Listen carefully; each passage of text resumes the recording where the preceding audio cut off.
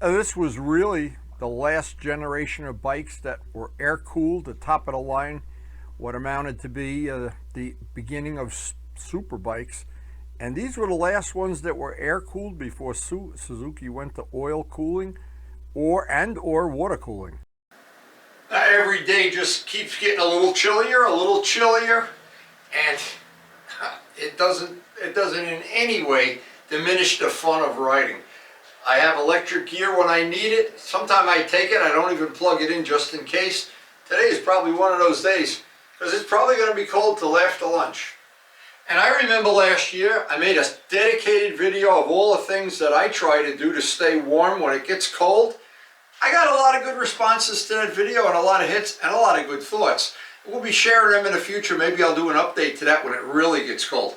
Today though, it's a good idea to have the electric gear with us, even if we don't plug it in. If you get up north, sometimes it's a lot colder. Now, one of the only good things about when it gets cold, you don't have as many tourists out pushing baby carriages and the like. So some of the back roads get a little bit nicer, and well, in our part of the world, you don't have much of a choice. So you may as well just enjoy it while you can. And it's just no substitute for if you keep after something and don't let it get too dirty and too gritty and gringy, because very soon we're going to be dealing with road salt. It's only a matter of time now. We're coming down a home stretch. And it's this time of year that I really don't want to get caught with low air pressure in the tires. When it gets cold, the pressure usually drops a pound or two. But I've topped these off the last time it was almost this cold, so they're pretty stable right now. And I know there are people who do not enjoy riding in cold weather, and I understand that. And of course we can still be friends, but I am just addicted to the fact I want to get a ride every possible day I can.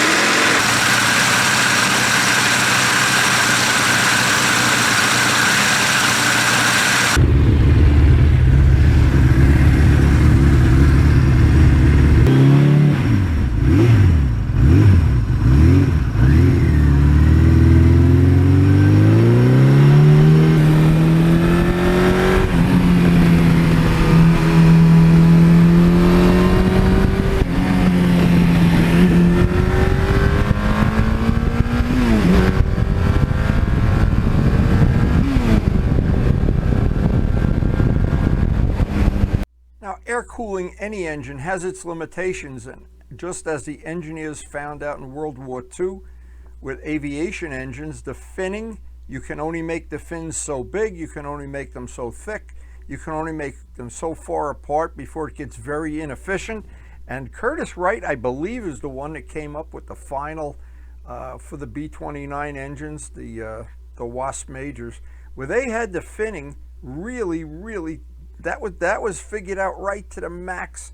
Now, I don't know that motorcycles have even gotten close to that, but I know that at this point in time they had reached a limit and they had to go to something different to get them cool.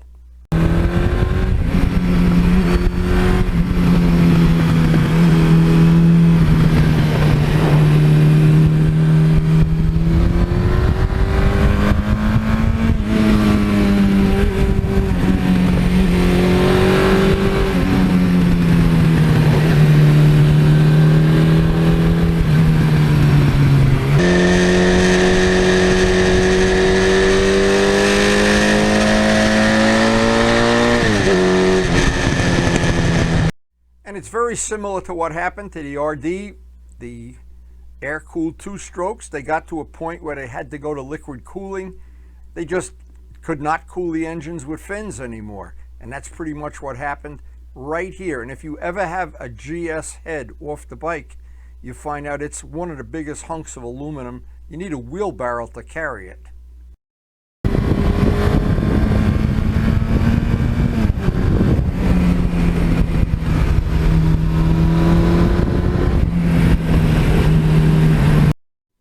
Now, we are really lucky. They have not salted the roads yet. Even though it's gotten cold, And usually by this time of the year, they would have salted spots, because we are up north, further north than we are in Rutherford. And these little wet spots freeze up at night, but no salt yet.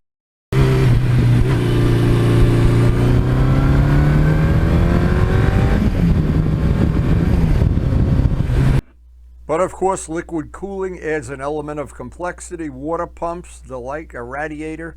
Some people never like the look of a radiator on a motorcycle. So this is the last of the air-cooled monsters.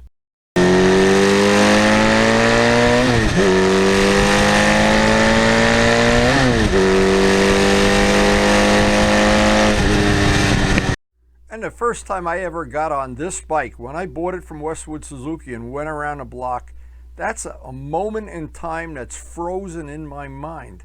I just couldn't believe a bike could be that comfortable, that I could get out on the main highway, open a throttle without being in a very low gear, and just have that bottomless torque to play with.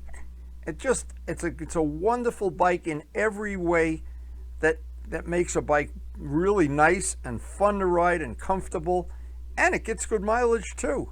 And every part of it, Suzuki got so many things right on this model right here.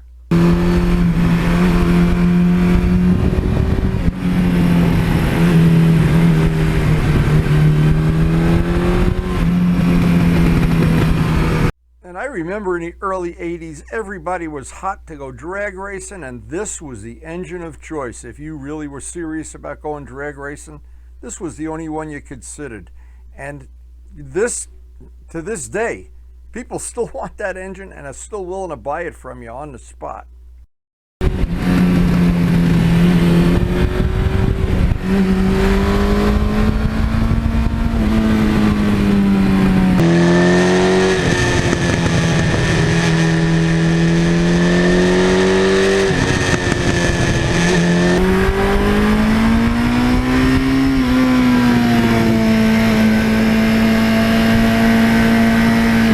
And this bike, because it has a comfortable suspension, a comfortable seat, what happens, you're going at certain miles an hour, it feels like you're going a lot slower than you are. Where some bikes, you feel like you're going faster than you are.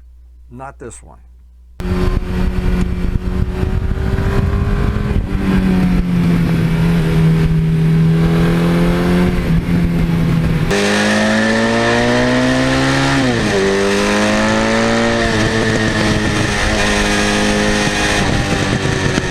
And that to me is what makes this bike a monster. You can cruise the back roads in a one gear too high, just cruising along like you're on a total cruiser. And then as soon as the road opens up, or as soon as you see some sport bike in your field of vision, you could just go hunt them down. You could be a monster whenever you want with this bike. And it is really a monster. I'm not kidding.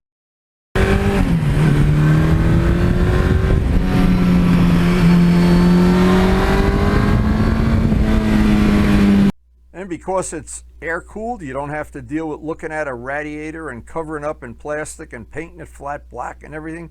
You can just let that engine sit out right where an engine should sit, right out there where it's all polished up.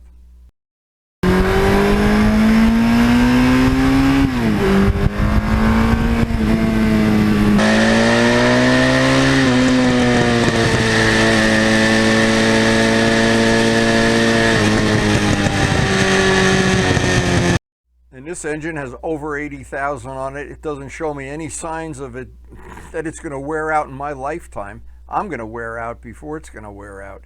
But it all centers around that engine. And that engine is what really is a special part of this bike. The air forks make it ride comfortably. Not so sure about the anti-dive. The big headlight, great vision at night, and a tank with almost 200-mile range. All good stuff.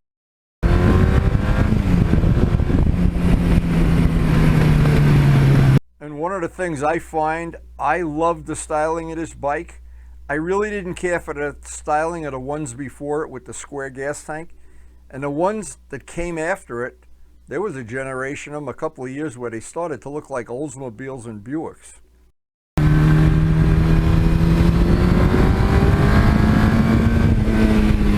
But But this is that moment in time when Suzuki seemed to get it all right. They covered all their bases, and they made a bike that has stood the test of time, held its value. I don't know what could hold its value better unless you rob a bank or something. That is one great engine too.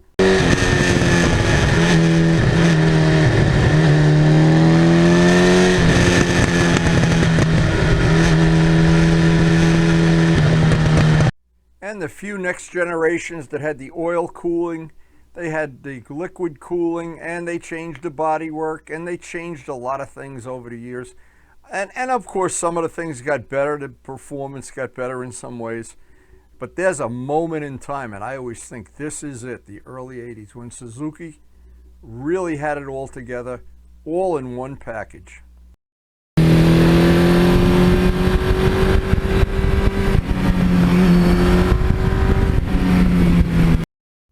And other things that make this special for me, I have a parts bike. Jim Skinner has a parts bike. Dallas has a parts bike. Almost everywhere that has one of these winds up having a part bike because they don't want to ever see them go out of style or that you can't get those final little parts. And of course, the biggest thing, the bike is ultimately very much fun to ride. It's an all-weather fighter. You could ride it when it's freezing cold, when it's hot, and it doesn't seem to matter. It's always fun to ride. But as much fun as this day has been, and as cold as it's been, time to get back to the farm and get some air-cooled coffee.